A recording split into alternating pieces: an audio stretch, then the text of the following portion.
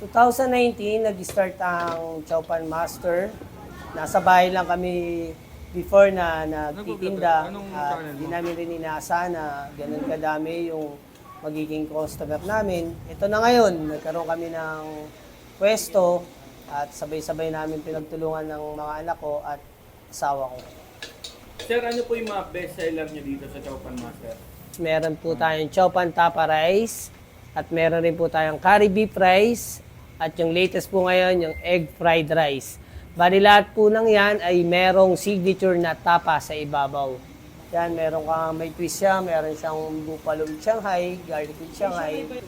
At meron din kaming mga panibago na pagkain like yung pork tonkatsu na may veggie and then Chowpan chicken with veggie. Yan ang aabangan nyo sa lahat. At meron na rin kaming canton gisado with tapa. Saan po matatagpuan tong Chowpan Master? Dito lang yan sa